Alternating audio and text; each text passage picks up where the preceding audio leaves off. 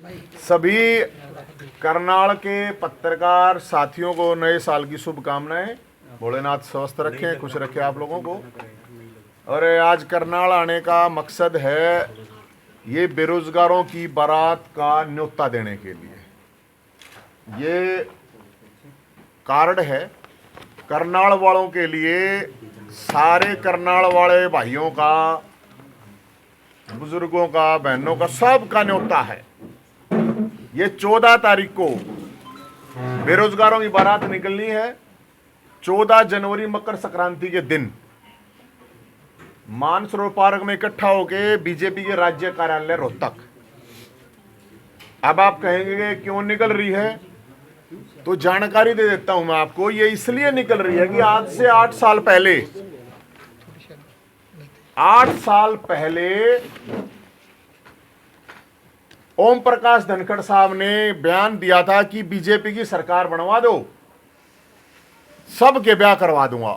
बहुत ज्यादा कुंवारे हैं, मतलब हरियाणवी में उसको रंडे कह देते हैं, गांव के साथ साथ बहुत ज्यादा हैं। नौकरी भी दिलवा दूंगा। तो भाई ना तो नौकरी मिली, 5 लाख पद खाली पड़े हैं, 20 लाख बेरोजगार धक्के खा रहे हैं। तो इस बारात का आयोजन करा है। ये प्रोग्राम है बाती, इसमें जो है ना गूंगे विपक्ष को रखा गया। बाती, ये बाती हैं, आओगे नहीं आओगे हमने नहीं बेरा, लेकिन रखने जरूरी थे। लंच में सरकार के झूठे आश्वासन, बारात चढ़ाई दोपहर 12 बजे, फिर ये सीएम साहब की मर्जी है, क्योंकि जो सरकार की लड़की है वो है नौकरी, वो है जनता की समस्याओं का समाधान। अब ये किस टाइम देंगे ये तो देखना पड़ेगा। फिर वो जैसे बच्चा नहीं कहता, बेरोजगार की रांडे की शादी में सरकार को जलील करने जलूल आना। बेरोजगारों की शादी में जैसे बच्चा नहीं बोलता, कार्ड पर छपा नहीं होता है, तो ये कह रहा है मेरे चाचा कह लो, भाई मेरे चाचू की, मेरे बेरोजगार चाचू की शादी में सरकार को जलील करने के लिए जलूल आना। फिर देखो, हमने इस शादी में कोई दहेज की मांग नहीं करी है, दहेज नहीं लेंगे बिल्कुल। दहेज एक बुराई है, वो नहीं होना चाहिए। लेकिन मानतान होती है, अपने हरियाणा में आप लोगों को भी पता होगा, मानतान के लिए तो फिर लठ भी बाज जा रहा है कई बार। तो मानतान में बेरोजगार है इनके लिए नौकरी, भर्ती कैलेंडर, क्योंकि 7-7, 8-8 साल तक भर्तियां अटकी खड़ी हैं। सीईटी क्वालिफाई, एचटेट आजीवन, वो दूसरे राज्यों में ऑलरेडी कर रखे हैं, लेकिन हरियाणा वाले नहीं कर रहे हैं। फिर है हरियाणा की नौकरियों पे पहला हक हरियाणवी का होना चाहिए। दूल्हे को ठंड लगे। हाँ, अरे नहीं कोई बात नहीं, चिंता नहीं करो, दूल्हा ठंड कोई बात नहीं, ब्याह होए पाछे अपने आप गर्म हो जाए, कोई बात नहीं। फिर खेल कोटा, ईपीपीजी बाल करो, थापा लगाई में। कहीं ये सोचा है कभी ये तो बराती है, जवाना का मामला है नहीं।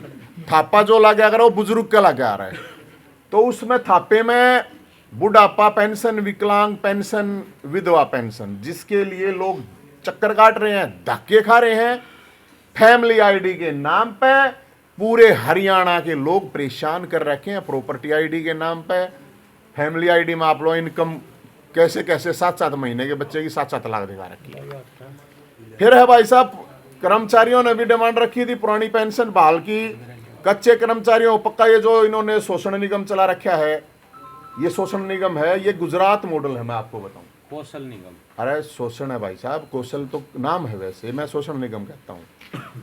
फिर मैं जेल में गया था, आप लोगों को पता होगा, और 4.5 साल पुराने केस भी लगा दिए, उठा गए, कोई बात नहीं। तो जेल में जब मैं गया तो पुलिस वालों ने कहा कि भाई साहब एक हमारी भी समस्या है कि जब अनिल विज साहब विपक्ष में होते थे तो ये कहते थे हमारी सरकार बन गई तो पंजाब पुलिस को, हरियाणा पुलिस को पंजाब के समान वेतन लागू करेंगे।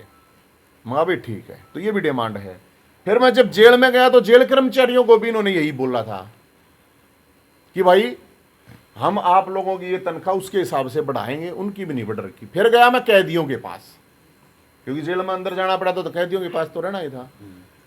तो कैदियों की बहुत बड़ी समस्या है। सब ये मानते हैं कि भाई कैदी है वहां पर, क्या पता किसको जाना पड़ जाए जेल में, कल ना आपने जाना पड़ जाए, हमने फिर जाना पड़ जाए। तो जो कैदी हैं, राष्ट्रपति जी ने भी, सुप्रीम कोर्ट ने भी ये कहा कि वहां पे बहुत से कैदी वैसे डाल रखे हैं, निर्दोष लोग हैं। और मैं खुद देख के आया हूं, इस सिस्टम के मारे हुए लोग वहां पे पड़े हुए हैं, झूठे साचे के सामने पता नहीं किस किस तरह से। ना उनको टाइम पे पैरोल मिलती है, 40 डे पैरोल टाइम होता है। कोरोना में बाहर निकाल दिया, अब कोरोना में उनकी वो ड्यूटी, वो सजा उसमें जोड़ी नहीं। और सबसे बड़ी मानवता तो होनी चाहिए ना थोड़ी बहुत है। गर्म पानी नेताओं को खाने पीने धोने सब गर्म पानी सर्दी में यूज करते हैं, लेकिन वहां नहाने तक के लिए गर्म पानी नहीं है भाई साहब, क्योंकि वहां पे तो बेचारा दिन है। अब ये सारे मामले हैं। अब मैं आपको बताऊं, जेल से याद आया मेरे को कि हमारे मुख्यमंत्री साहब ने अभी ये कहा है, मुख्यमंत्री साहब ने, कि आरोप लगाने से कोई दोषी नहीं होता।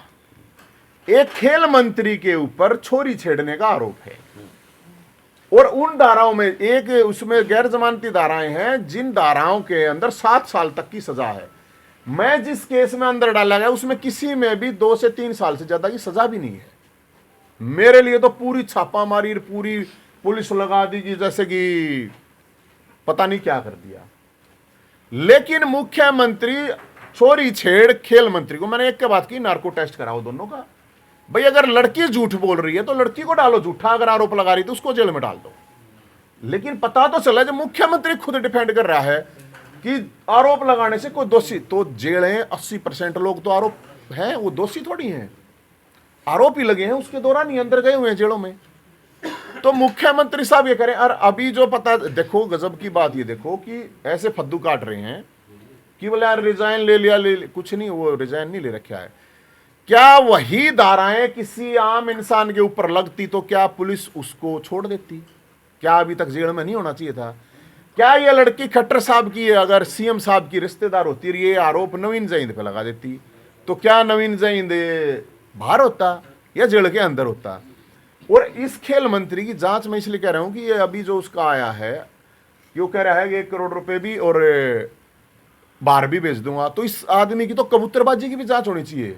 लड़कीबाज के अलावा कबूतरबाज भी हो सकता है, ये पूरा फुल चांस है इस बात के। कहां से 1 करोड़ रुपए देने की बात कर रहा है ये?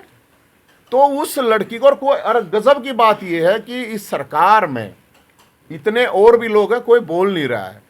भाई यही आरोप आप देखो हरियाणा में कितने लोग जेलों में पड़े हैं सिर्फ ये इन्हीं धाराओं में। तो ये तो ठीक नहीं है। तो मैं तो इसलिए बता रहा हूं ये चीज कि मुख्यमंत्री साहब बेशर्मी से उनको डिफेंड कर रहे हैं, जो कि उनको नहीं करना चाहिए। अगर जांच करवाओ हाईकोर्ट के जज से, नार्को टेस्ट करवा लो, 10 दिन में 20 दिन में जांच करवा लो। अगर भाई वो ठीक है, उसको वापस से फिर मंत्री बना दो। अब सिपाही कैसे थानेदार की इंक्वायरी करेगा, मेरे को समझ में नहीं आ रही है।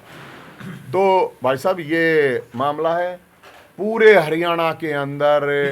फैमिली आईडी, अब ये नंबर हमने जारी कर रखा है बरातियां के लिए, इसमें 3000 लोगों ने अपना रजिस्ट्रेशन कर दिया है इस नंबर पर 7027 822 822, ताकि रजिस्ट्रेशन, क्योंकि आगे उनको सरकार वाले जहां बारात जानी अरेंजमेंट कर लेना, अपना सारी तरह का अरेंजमेंट कर ले, तो इसलिए ये नंबर है। लेकिन इस नंबर पे और भी लोगों के फोन क्या आ रहे हैं अब कि जी हमारी ये काट दिए। लोग तड़के 5-5 बजे फोन, अब दफ्तरों में चक्कर काट रहे हैं। आपके करनाल में भी जरूर चक्कर काटते होंगे, मैं तो 3-4 जिला में तो देखा है, तड़के 5 बजे लाइन में लगे हैं।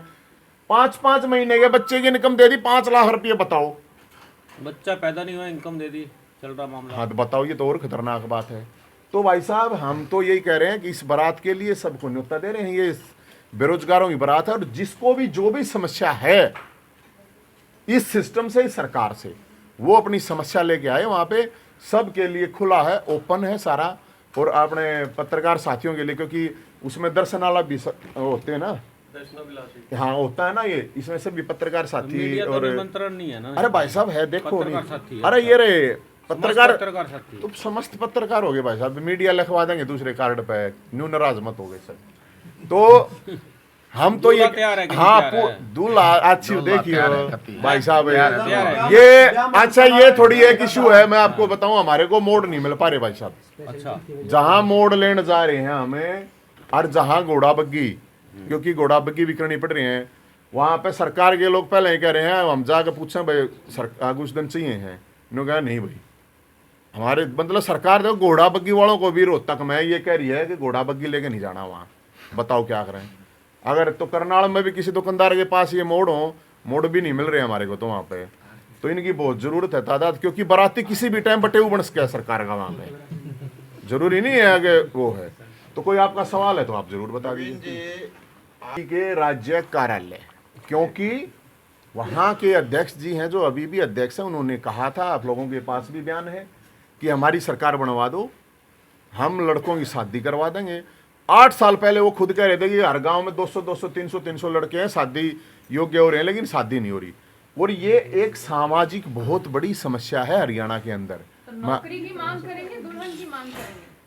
मैडम जी बेरोजगार की बात है तो दुल्हन नौकरी कोई सी तो दे दो चीज, वो तो सरकार अरेंजमेंट कराई, नौकरी दे देगी तो ब्याह अपने आप हो जाएगा। फिर कोई तो सरकार कह रही मैंने नहीं ब्याह करा, तुम क्या करोगे करके? तो सारे के सारे रंडे थोड़ी रखे जाए भाई साहब, अच्छी बात करो हो। अब वो वो इन सब कार्यक्रम के लिए आपको फंडिंग कहाँ से होती है? क्योंकि इन सब कार्यक्रम में करने के लिए पैसा भी लगाना होता है, ये सारी चीजों के लिए अपने आप आवे है फंडिंग है, हमारे तो आदमी में कमी थोड़ी है भाई साहब, मानसा ही माया हो है, मानस है तब पैसे भी है, पैसे का केस होता हो है, फंडिंग की कोई कमी नहीं है।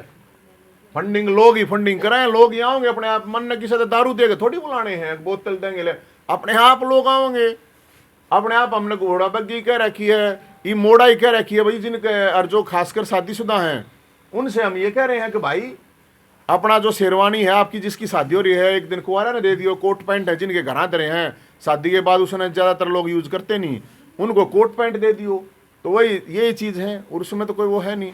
और फंडिंग की बात ये अनूप संधू बैठे, बिंदल साहब बैठे, जिलेराम बैठे, नरवाला साहब बैठे, ये सारे ठीक से अब करने वाला था, आड़े तो जो बराती जाओगे उनकी ये कर देंगे। और बताओ नवीन जी, आप बेरोजगारों की बात कर रहे थे, लेकिन बेरोजगार जो है, बेरोजगारी सरकार से ही बेरोजगारी भत्ता जो ले रहे हैं, कौन ले रहा है?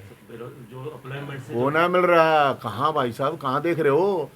ये तो फिर वही बात है इनकी, फिर सारी बात सच्ची थोड़ी, फिर तो 7 साल का जो नहीं, 7 आप सिर्फ ये बताएं क्या बेरोजगारी भत्ता नहीं मिल रहा है? अरे नहीं मिल रहा है मेरे भाई जी, नहीं मिल रहा है, बहुत कम लोगों को मिल रहा है।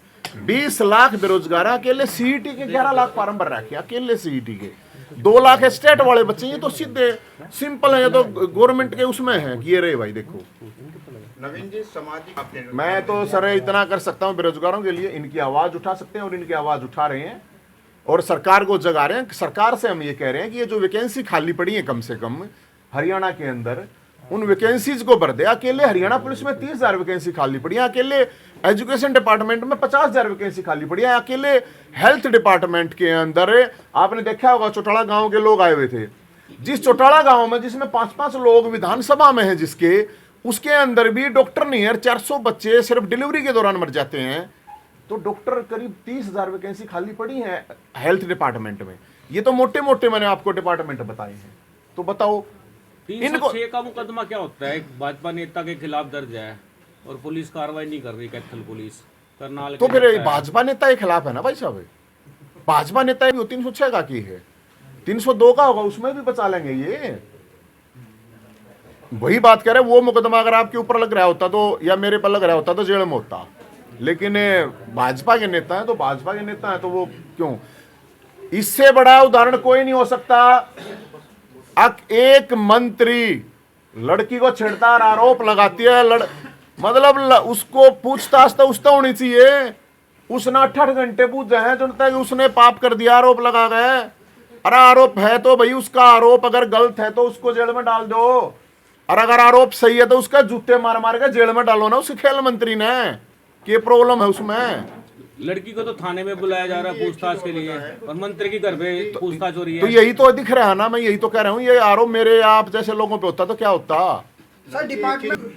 तो भाई हम तो नहीं तो कहें दे दो। मैं यही तो कह रहा हूँ, गुजरात मॉडल है, गुजरात मॉडल में ऐसे ही होता है, लगा दिए कम से कम उसको 18-20 हज़ार रुपये देंगे, साल के बाद 2 साल के बाद फिर हटा देंगे, फिर दूसरे नयों को ले देंगे। तो भाई गुजरात तो वहाँ पे तो व्यापार बिजनेस है, हरियाणा में तो ऐसा कुछ बंदरगाह तो है नहीं, यहाँ पे कोई बिजनेस का काम है। तो जो हम ये थोड़ी कह हम यही तो कह रहे हैं यार, इतने योग्य हैं जो चक्कर काट रहे हैं, धक्के खा रहे हैं, खाली पड़ी है वैकेंसी, उनको तो भर दो कम से कम।